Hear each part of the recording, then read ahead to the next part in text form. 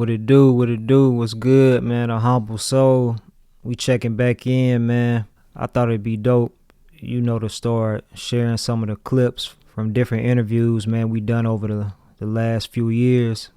And I wanted to kick it off, man, with a clip from an interview that I did with Microwave Man back in 2020. This was during like the early stages of the pandemic. But yeah, man, let's get into it, man. If you're not already subscribed to the channel, make sure you do so ASAP, man. I'm gonna holler at y'all 100. So when did you get introduced to music, man? When did you start trying your hand at music? It ran in my family deep. My mama, big sister, was Wanda Rogers, the lead singer of the Marvelettes, the first girl group on Motown to go gold back in the 60s. So that was my mama, big sister. So just coming up, we heard stories of how she got this money and how she, I feel like that's where I get the genes from, like it's in me. But my brother was a producer. He did a lot of my beats, like on all my projects, Boss Vegas. Shout out to my brother. He did a lot of my beats. But just as a kid, he used to dibble and dabble in it. He never took it to the extremes that I took it to, but he used to dibble and dabble in it. So I remember just being in the house with him, and he got the keyboard making first nigga I seen make whole beats in a keyboard, you know what I'm saying, and then record the beats onto a motherfucking karaoke machine on a tape, you know what I'm saying, and sell the tapes to niggas, you know what I'm saying. So that did it. Then, like I say, it came from when I was a fan of it. I was a fan of music. So when I was young and we was getting money, and like the local niggas who would be out, or like the Detroit niggas with a big name, I used to listen to it, but from the content I could tell niggas wasn't really living what they was rapping, because the shit wasn't, you know what I'm saying, it wasn't 100%. I could tell it wasn't truthful. So it just inspired me to tell my truth. Like, I just wanted to do it. I mean, was you being somebody who was really in the trenches, really on the turf? How can you distinguish when somebody's telling the truth versus just capping on a song? The content. Because to give you an example, like, you could be my mans and you could be really with it. You could be really getting money and selling this or selling that, and I could be around you all day, so I could know the numbers. I could know how much this costs, or how much this weigh, or I could know all the little, what you cut this with, or how you cook that, or I could know all of that just by being around you. But the content and how you deliver it and how you give it to them, and I think that's what lets me know. That's how I could distinguish the bullshit from the real. As far as like the different features, from the LOMs to the Team Eastsides to the Dope Boys Cash Outs to the the hard work jigs and the 7 Mile Cleaves, so on and so forth, are there any like memories that stand out? Do you have like a favorite memory or a couple of favorite memories you can share with the listeners as far as like recording with people? Memories. Me and Clee got a lot. Me and Clee used to get so high when we be going. So me and Clee got a lot of good memories. A lot of songs just came from bullshit. Like he'd come and I had so many shit, and he would just pick songs he want to jump on. So me and Clee got a lot of good memories. Jig, I remember me and Jig was recording time, and he had his homeboy Block with him, man. R.I.P. Block. Him and Block slid through, and we was at the studio. Who else? It's so many, man. I got so many features. Payroll. I remember when I did the shit with Payroll. Payroll Code. Payroll so underrated, man. He gets some of the recognition, but I feel like he supposed to get more recognition. Payroll did the verse probably in like 10-15 minutes. I remember me and Scooch, we pulled like an 8. We pulled like an 8 in a 2-liter, and we wasn't even halfway done with the pop, man. The nigga Payroll was done with that bitch, you know what I'm saying? So shout out to Payroll, one of the GOATs for sure. Peasy. Yeah. Free Peasy, man. Peasy, that's one of the guys, man. Never denied me. Always did anything he could to help me. But fast, same shit though. You play a beat for Peasy, he gonna be done in 15-20 minutes. And I got a lot of memories though. A lot of memories from the features. Break down your name. I meant to ask you that earlier, but I know it's Kyle the Microwave Man. Then you just go by Microwave Man. But what makes you go with that moniker for your rap name? Kyle is my government. That's what my mom and daddy named me. Okay. And the Microwave Man, that just came from fucking around. You know, microwave. It was catchy and. You know, all the old niggas used to fuck with the stove. In my generation, we fuck with the microwave. So I just ran with it. It was catchy and, you know, all the rap names kind of be recycled. You know what I'm saying? Niggas be using other niggas' names and that always been some goofy shit to me. So I wanted something original and I liked it. It was catchy, so I ran with it. Fourth Habitual. Talk about that project, man. That's one of my favorite albums from you, man. The Fourth Habitual. And this had volume 6 and 7. I don't know why it had both volumes on there, but you break that down. And then the cover art with the Ku Klux Klan on there.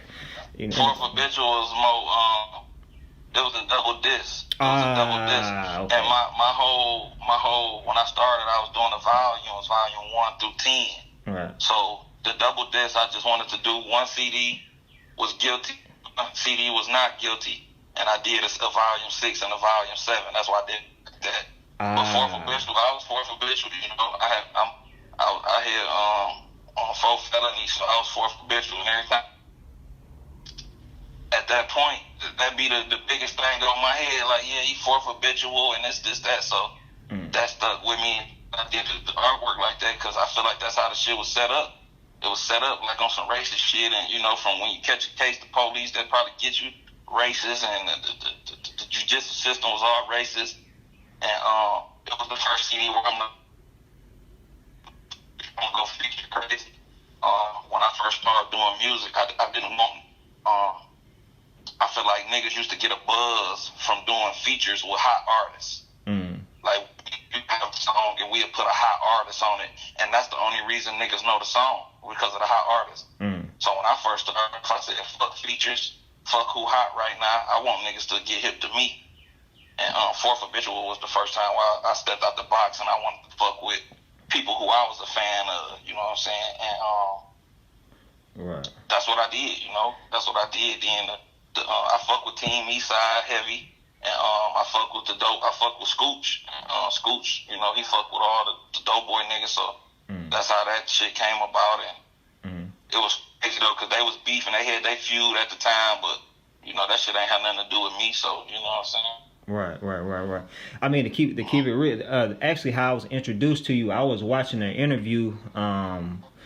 Doughboy Scooch was doing an interview. This was after he dropped that Bronx Tale, and he was talking about some of the people that was featuring on it, and he had dropped your name. And I don't know if you know, like on YouTube, they'll have like the related videos on the side. And the song, it was called Triple Double. I think that's what it was called with P Gutter the Hustler. First time I ever heard P Gutter the Hustler, and I started following him after that. But I was like, damn, bro. As soon as I heard it come on, I was like, man, this dude talking crazy on it. Yeah, shout out to Doughboy Scooch. I talked to him a few months ago. Okay. That's my nigga, genuine dude. I met Scooch through some street shit. Then we just linked up. That led to all the music that we got. It led to the shit I payroll. Shout out to Scooch, man. And, I met him and shit. We linked, and that was it. You know, a lot of the relationships that I have with artists, that's how I be. I like the genuine relationships. I don't like the phony shit or the fake shit. You know, I like it when it come about like that. You know. Right. Talk about like you and P Gutter the Hustler, man. Like y'all recording chemistry, because I know he was featured on a couple tracks on that album. P Gutter, that's my little nigga. I knew Gutter, free Gutter too. Gutter got us in a situation right now, but he should be good. But free P Gutter, that's my little nigga. Him and his brother. You know, K Money is little brother. K Money, yeah. K Money. So I knew Gutter since he was a kid. I think Gutter probably might have been like 13 or 14, if I ain't mistaken, when I first started fucking with him. But he was advanced. Gutter was always advanced. And I just took a liking to him, man. He had a good work ethic. The little nigga was hard. And I had a studio at the time. So, man, I used to me and Gutter, we had good chemistry. That's my nigga, though, man. I fuck with Gutter deeper than music. And shit, me and Gutter was supposed to drop an album a couple times, but, you know, it was a lot of shit. Like, I'd be working on my shit. He was, they were starting their LOM shit. I remember when that shit first started. And so we was always doing separate shit, but the whole time when I was free, like me and Gutter always had like 20, 30 songs. Like at any given time, me and Gutter got 20, 30 songs, but he'll use one or two for his shit. I'll use one or two for mine. And we like, man, so we always put it off. But when I come home, that's something that niggas could definitely look out for, is me and Gutter. Like you said, you was doing the values 1 through 10. Can you break down just your creative process and your work ethic? And I also was curious to know, out of all those projects, man, what is your favorite one personally? I get that a lot.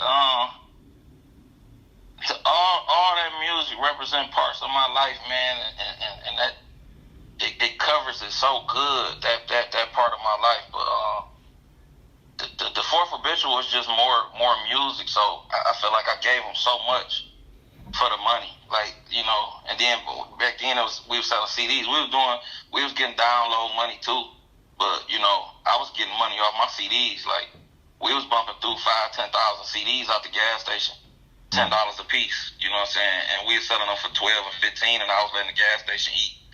So that Fourth Habitual though, because it was so much. Like, I gave niggas so much money. I mean, so much music for the money. And the creative process always been like we just go, like we go at it. You know, we get money through the day, and then towards the night we just go to the yo. We go to the yo, and I was blessed to have so many good producers. I had K Money, I had my brother Boss Vega, I had PC and Flawless the Olympics. I had producers who I fucked with for real, like in real life, not just on no music shit. So I always had like beats galore. So as much as I wanted to rap, I had beats to rap on. And the process was easy because I always had a studio. I always had my own studio, so I never was out of my comfort zone. I never felt like I wasn't safe. So the process was easy, and it's something that I like to do. Like, I didn't do it for money. I didn't do it to portray to be something I'm not. I do it because I felt like I was cold with that shit. You know what I'm saying? Nah, for sure.